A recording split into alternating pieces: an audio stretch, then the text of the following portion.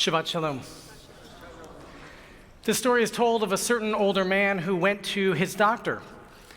And he said to the doctor, I've been having some problems lately. I'm having some memory issues. I don't remember where I put my keys. I walk into the kitchen and I don't remember why I walked into the kitchen. I want to come up with a word and I can't even come up with a word. I'm having a hard time remembering. Doctor, what do you recommend? The doctor thought for a second and he said, I recommend that you pay in advance. We read this week, we celebrate this week Shabbat Zachor. This is the Sabbath of remembering. And not remembering where we put our car keys or why we walked into the kitchen. We have a very specific mitzvah to remember this week what Amalek, the tribe of Amalek, did to our ancestors thousands of years ago. The Torah tells us that just as our ancestors had come through on the other side of the Red Sea, they were tired, they were thirsty, they were afraid. And that's when the tribe of Amalek came and attacked us from behind where we were at our weakest, and they tried to destroy us.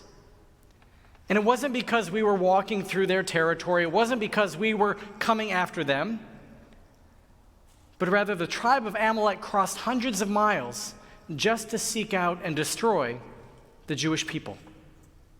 And they were the very first. And so the Torah comes to tell us that it is a very specific mitzvah to remember and not to forget. Zachor v'lo tishkach. To remember and not to forget what the tribe of Amalek did to us.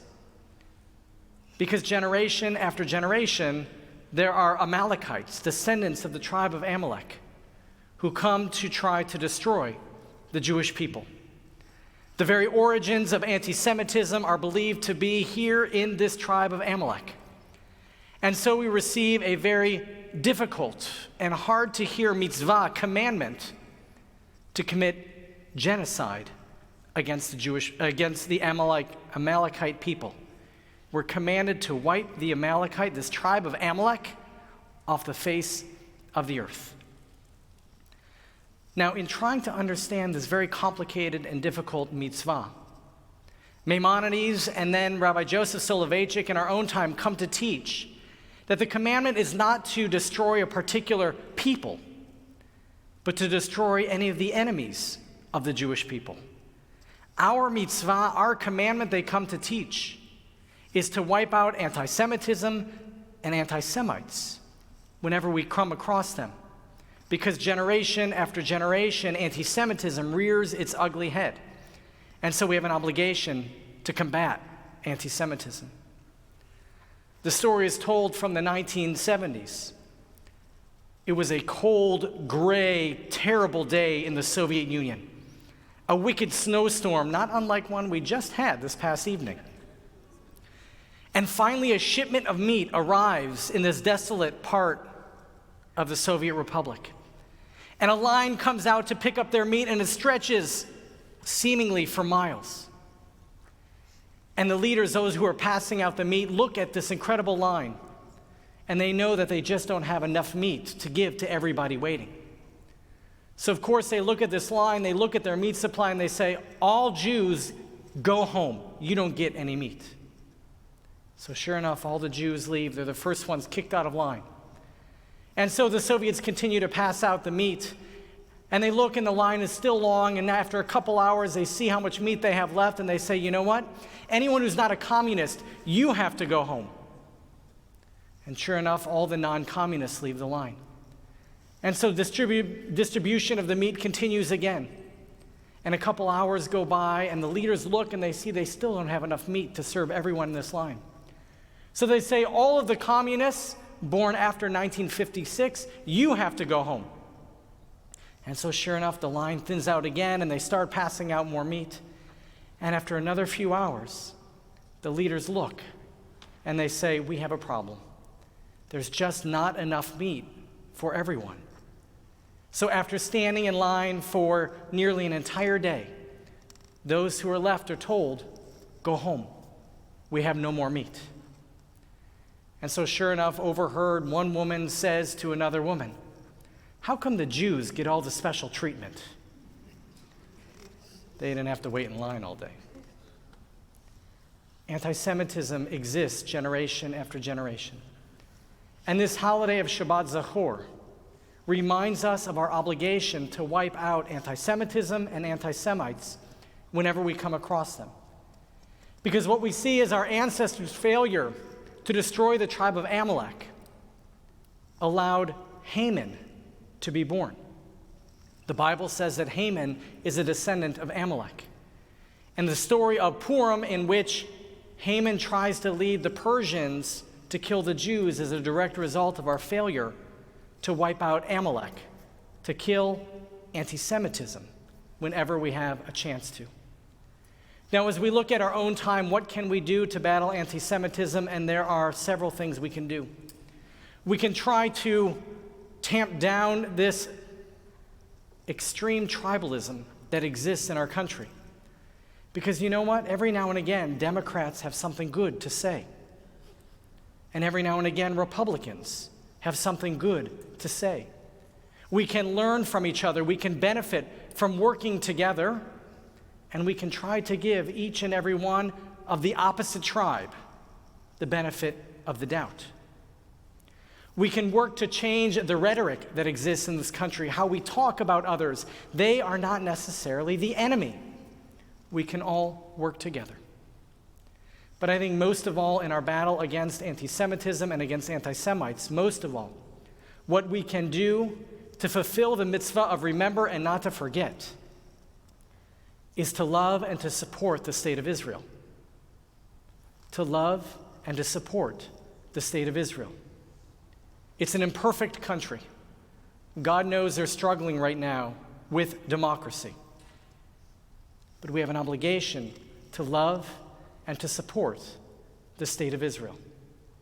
That is one of the ways that we fulfill the mitzvah of this day, to remember and not to forget, to destroy the kingdom of Amalek wherever and when we find it, because what Israel is doing is protecting the Jews from anti-Semitism. What Israel is doing is it's standing up to the enemies of the Jewish people and saying never again.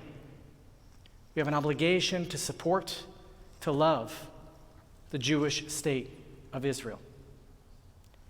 But as we look at the mitzvah of Zachor v'lo tishkach, remember and not to forget, what we see from the earliest of times, our rabbis were very concerned with zealotry. And so often in rabbinic writings, they try to eliminate any chance for zealotry. The story of Pinchas that we'll read later in the book of Numbers, the rabbis try to do away with this idea of zealotry. As we look at the story of Hanukkah, which is really a military victory, the rabbis turn the story on its head to celebrate the miracle of a little jar of oil. The rabbis are afraid of zealotry. And so what our rabbis come to teach is that no single person is a direct descendant of Amalek anymore. That when Sennacherib, the leader of the Assyrians, came and conquered the better part of the Middle East, he mixed up all of the populations. So we don't know who is a direct descendant of any group anymore. All of us have a little Amalek inside of us. And in this way, the rabbis come to teach that no person is perfect. No person is all good, and no person is all evil. One of the things that they come to tell us that exists within each of us, one of the aspects of evil that exists within each of us, is cynicism. Another is fear. Another is anger. What we witnessed this last week in the state of Israel, what we witnessed when a group of religious Jews staged what some have called a pogrom against the Palestinian community of Harar, was a chilul Hashem, was a desecration of God's name. It was a crime. When they went in and committed violence, vandalism, setting fire to Palestinian homes, and even killing an innocent Palestinian, was an exact example of what our rabbis telling us is the Amalek that exists within each of us. We ought to be embarrassed by their actions. We ought to condemn their actions. Because although Israel and every Israeli has a right to defend themselves against anti-Semitism, has an obligation to protect the Jewish state, when people take matters into their own hand, they're showing cynicism about the state, they're showing cynicism toward God, and they're desecrating the pursuit of justice that we're all obligated to perform. There is an extremism that comes from our right to self-defense that cannot be tolerated, that cannot be justified, and we have to condemn it whenever we see it. I love the state of Israel. I support the state of Israel's right to exist as a Jewish state. But we cannot condone or tolerate the acts of anyone who go above and beyond in trying to protect the state so that they cross over into this point of anger and hatred and try to take matters into their own hand. Our obligation is to pursue justice. Our obligation is to be compassionate and kind. And what happened this last week in Israel was just the opposite of that. In our mitzvah, in the commandment to destroy Amalek, we have to protect ourselves from anti-Semites and anti-Semitism. But we cannot go so far that it turns us into an angry, violent people that seek destruction in our sadness and our anger. There were Jews killed this last week. 2 brothers. There was a family friend of ours, connected through Rebecca's sister and her family, who was killed on one of the leading highways, north-south highways of Israel. That's not a justification to take justice into our own hands. The state's role is to provide that justice. So here we have this mitzvah of Amalek. We have this commandment to respond to anti-Semitism in the world. We have this commandment to overcome the evil that exists within each of us. And I think there's one more way that we fulfill this obligation of this special Shabbat. Battling anti-Semitism, supporting the state of Israel, making sure all of us pursue justice and offer compassion and kindness when we can.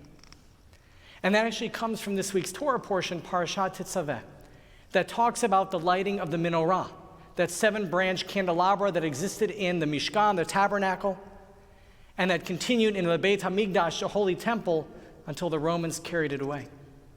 It says in the beginning of our Torah portion this week that we're supposed to light the menorah as a ner tamid, as an eternal light, so that day in and day out we're reminded of God's love for the Jewish people. We're reminded of the Jewish people's obligation to bring God's light into the world. And of course, since the destruction of the Holy Temple, how do we have that reminder of God's light? Where is our ner tamid? Right there, above the Aron HaKodesh, above the Holy Ark. There's a light that burns and doesn't go out day after day, as a reminder of our obligation to bring light into this world. In addition to battling anti-Semitism, in addition to supporting the state of Israel as a Jewish state, in addition to combating the evil and the arrogance and the cynicism that exists within each of us, we have an obligation to bring light into this world. And we bring light through kindness. We bring light through joy. And what's more joyful than being able to celebrate with Hannah and her family as she becomes bat mitzvah this morning? We have an obligation to support and strengthen our synagogue and our community. And we have an obligation to bring hope to the world. Because despite generation after generation of anti-Semitism, and boy, are we seeing it in our country right now, despite the evil and the cynicism and the anger and the fear that lurks within each of us that leads to violence, there's still so many reasons to be hopeful. And I think in addition to everything we just mentioned, our job, our mitzvah, our commandment, our sacred obligation is to maintain our hope that tomorrow will be better than today, and within that hope, to do everything within our power to pursue justice, to offer kindness and compassion, to walk humbly with God, so that our world is not only filled with hope, but so that each and every one of us are working to bring that hope to reality. Adonai oz amo yitain, Adonai yavarech et amo v'shalom. May God grant us the strength to battle Amalek in every form he takes, externally and internally. May God bless us with the strength to live lives of compassion, of justice, of walking humbly. May God bless us with the wisdom and the courage and the strength and the determination to bring hope into this world day after day. And may God bless us all with peace. And we say together, Amen.